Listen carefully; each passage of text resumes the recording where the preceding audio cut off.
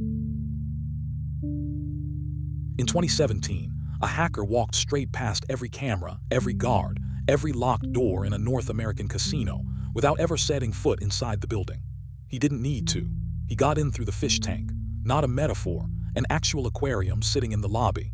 Its water temperature and feeding schedule managed by a small internet-connected sensor. That sensor was the door. Within hours, roughly 10 gigabytes of the casino's most sensitive data, including records on its highest-spending gamblers, were flowing out of the building to a server on the other side of the world, in Finland. Nobody in the security room noticed. The alarm that finally caught it wasn't triggered by a person at all. This is the story of how a thermometer nearly brought down a casino and why almost nobody saw it coming. To understand why this attack worked, you have to understand what casinos had become by the mid-2010s. These were no longer just buildings full of slot machines and card tables. They were sprawling, data-hungry operations. Loyalty programs tracked what high rollers drank, how long they played, which rooms they preferred. Climate control systems ran across entire floors. Smart building tech had crept into everything, from the elevators to the parking structure to, yes, the decorative aquarium in the lobby that guests liked to photograph. Someone in facilities management had decided that manually testing water temperature and salinity levels was inefficient. Why send a person to check the tank when a sensor could do it automatically, send readings to a cloud dashboard, and even trigger automatic feeding? It was a small convenience. It solved a small problem, and it is a decision that thousands of businesses were making at exactly the same time, for exactly the same reason, with almost no thought given to what that decision actually meant for security. Because here is the uncomfortable truth about the Internet of Things boom of the 2010s. Companies were connecting everything to the internet: thermostats, printers, vending machines, HVAC systems, security cameras, and in this case, a fish tank, without asking a basic question. What happens if this device gets compromised? IoT devices like this thermometer were built cheap, built fast, and built to work, not to resist attackers. They often shipped with weak default passwords, outdated firmware, and minimal encryption. Nobody expected a fish tank sensor to be a target, because on its own, it wasn't worth anything to a criminal. There's no data worth stealing from a thermometer. But that was exactly the point the industry was missing. The value of the device wasn't the device itself. It was the network cable running out the back of it. It's worth pausing on just how ordinary this attack surface really was. The fish tank in question wasn't some elaborate custom installation.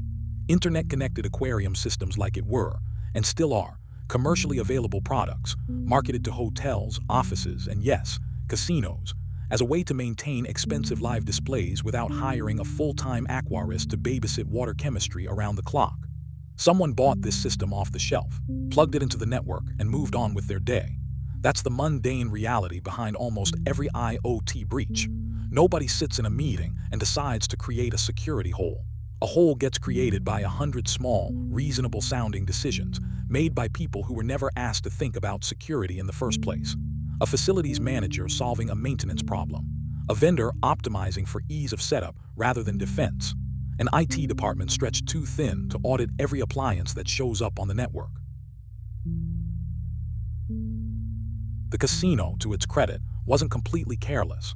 According to the cybersecurity firm that later investigated the breach, the fish tank had actually been given its own dedicated connection, a form of network segmentation intended to keep it isolated from more sensitive systems. This was a real, deliberate security decision. In theory, even if the thermometer were compromised, an attacker should have hit a wall, unable to reach anything that mattered. In practice, that isolation broke down. The exact technical failure was never made fully public, but the effect was clear.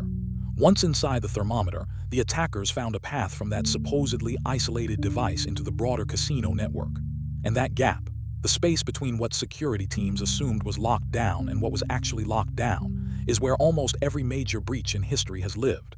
Now picture the attacker's side of this. They likely didn't even know at first that they were breaking into a casino. Attackers in this era were increasingly running automated scans across the internet, hunting for IoT devices with weak or default credentials, the digital equivalent of walking down a street and quietly checking which doors are unlocked. A smart thermometer, exposed to the internet with minimal protection, would have shown up as an easy target. Once they were in, They didn't stop to admire the aquarium controls. They started mapping the network from the inside, the way any lateral movement attack works. What other devices can this thermometer see? What other systems does it talk to? Is there anything on this network worth taking? And somewhere in that internal map, they found their answer. A database holding information on the casino's high roller clients, the kind of guests whose spending, habits, and personal details are worth serious money on the right forums and serious leverage in the wrong hands. This is the part of the story that should unsettle anyone who works in corporate security. The attackers didn't need to break any encryption, crack any password vault, or write some brilliant piece of custom malware to get to that database. They needed one overlooked, undersecured device that nobody thought to defend, because nobody thought of it as a target in the first place. Security teams at the time were pouring resources into firewalls, endpoint protection, employee training against phishing emails. All necessary, all still missing. An entire category of devices sitting quietly on the same networks, devices that could talk to the internet but that almost nobody was watching. The fish tank wasn't a backdoor someone left open on purpose. It was a door nobody remembered existed. It's also worth remembering that this wasn't an isolated curiosity in an otherwise clean landscape. Around the same period, security researchers were documenting a wave of comparable incidents. Smart light bulbs used as a foothold onto home networks. Connected printers hijacked and turned into launch points for further attacks. Baby monitors and home security cameras swept up by botnets and used to knock entire chunks of the internet offline. The casino fish tank wasn't a freak exception. It was one especially memorable data point in a pattern that security researchers had already been warning about for years. A pattern where the weakest link in a network was rarely the expensive, well-defended system at the center, and almost always the cheap, forgotten device at the edge. Over the following hours, the attackers pulled data out of that high-roller database, routed it back across the network, and pushed it out through the same thermometer connection it came in on, up into the cloud and onward to a remote server, roughly 10 gigabytes of it. To put that in perspective, that's not a quick smash and grab. That's a sustained, structured exfiltration, the kind of operation that takes time and confidence. The confidence of attackers who believed nobody was watching that traffic closely enough to notice. And for a while, they were right. The casino's traditional security tools, built to watch for known malware signatures and suspicious file downloads, had no particular reason to flag a smart thermometer quietly sending data outbound. That's simply not the kind of behavior those systems were built to look for. What ultimately caught the attack wasn't a human analyst scrolling through logs. It was an AI-driven network monitoring system, built by the cybersecurity firm Darktrace, which had been deployed on the casino's network. To watch for anomalies in real time rather than rely purely on known threat signatures. This is a crucial distinction, and it's why this case became so widely cited afterward. The system didn't need to know what a fish tank hack looked like. It didn't have a rule sitting in a database that said, "Watch for aquarium thermometers." Instead, it had learned what normal behavior looked like across every device on that network, and it flagged the thermometer because its behavior stopped matching anything normal. Several signals stacked up at once. The device was sending data to an external IP address that nothing else on the network had ever contacted. That destination happened to be in Finland, a location with no obvious business reason to be receiving casino data. The volume of data moving was wildly disproportionate to anything a thermometer should ever need to transmit. This is a device meant to report a water temperature reading every so often, not push out gigabytes of traffic. And the exfiltration method itself used, a protocol more commonly associated with streaming audio and video, not sensor readings. None of these signals alone would necessarily have proven an attack was underway. Together, stacked in a short window of time, they painted a picture that something on this network was behaving nothing like a thermometer, and everything like a criminal quietly moving stolen files.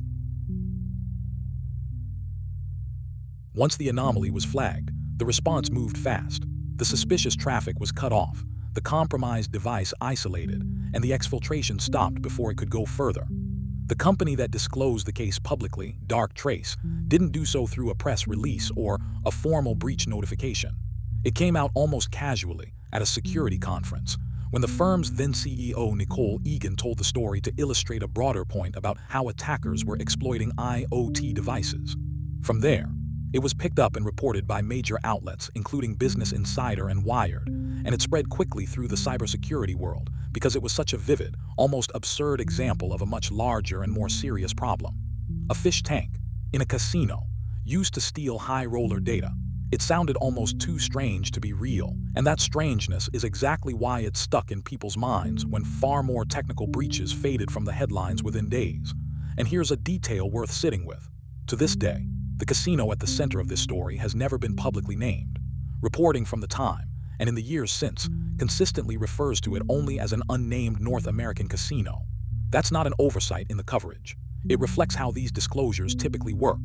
The cybersecurity firm that caught the breach had a duty of confidentiality to its client, and casinos, more than almost any other kind of business, have strong incentives to keep security incidents quiet.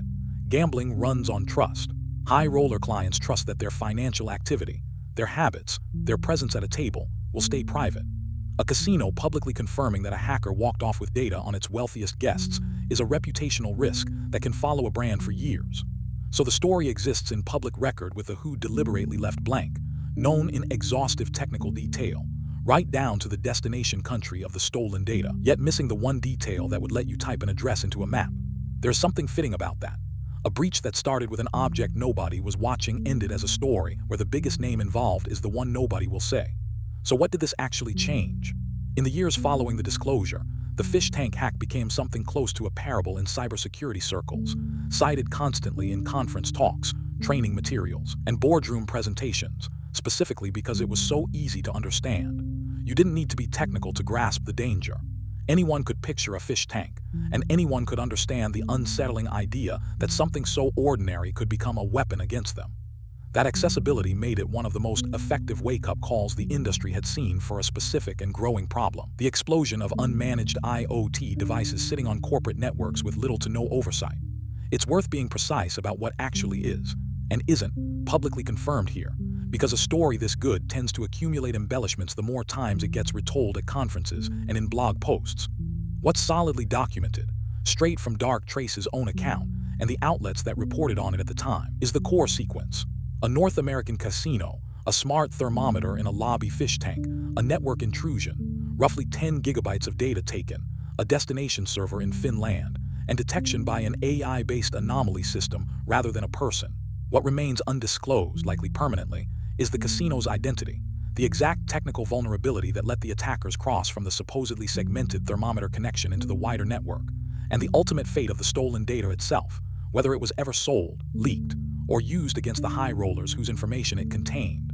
That gap between what's known and what isn't is normal for stories like this. Breach disclosures are filtered through legal teams, non-disclosure agreements, and a company's own calculation of how much detail helps the industry learn versus how much simply invites more attackers to try the same trick. The lesson organizations took from it wasn't really about fish tanks, or even about casinos specifically.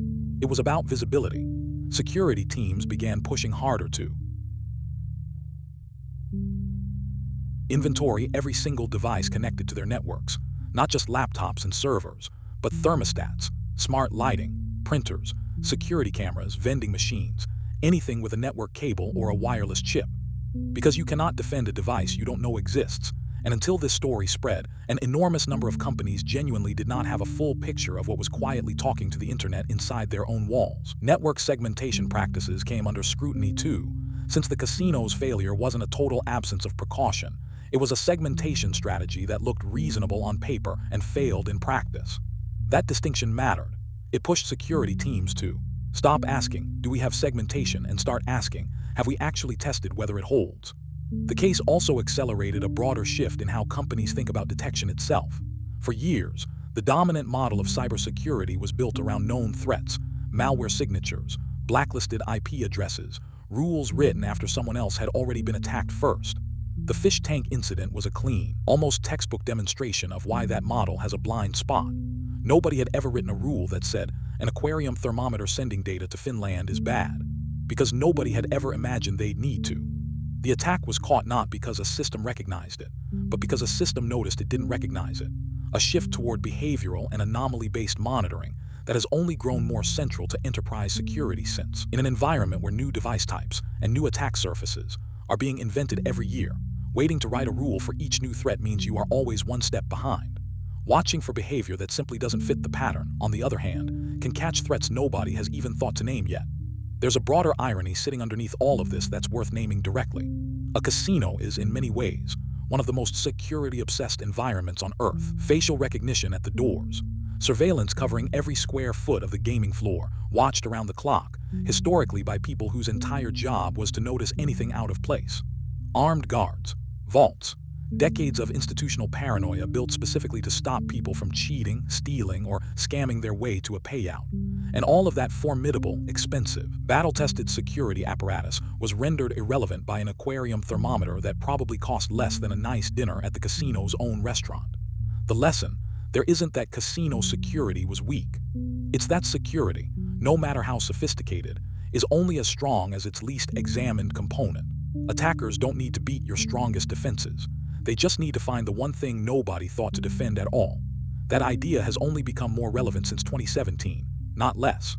The number of internet-connected devices in homes, offices, hospitals, and yes, casinos, has multiplied many times over since this breach was first disclosed. Smart devices are now embedded in nearly every industry, running everything from factory equipment to medical devices to office coffee machines. Each one is a potential thermometer. Each one is a small, unremarkable object that nobody thinks twice about, plugged into a network that connects, however indirectly, to something worth protecting. The fish tank hack didn't invent this vulnerability. It simply made it impossible to ignore by giving it a story so strange and specific that people couldn't help but repeat it. So, to recap, sometime in 2017, attackers found their way into an unnamed North American casino's network through an internet-connected thermometer monitoring a lobby fish tank. Despite that device being placed on a supposedly isolated connection, the attackers moved laterally through the network, located a database of high-roller customer information, and exfiltrated roughly 10 gigabytes of data to a server in Finland. The breach was caught not by a human analyst or a traditional antivirus rule, but by an AI-driven monitoring system that noticed the thermometer's behavior no longer matched anything a thermometer should be doing, and the exfiltration was stopped before it could go further. The casino itself has never been publicly identified, and likely never will be. What the story left behind wasn't a name. It was a warning, repeated in boardrooms and security briefings for years afterward, about every quiet, unremarkable device sitting on a network, doing its small job, never suspected of being anything more. Because that's really what this story is about, underneath the strangeness of it. Not a fish tank, not even a casino.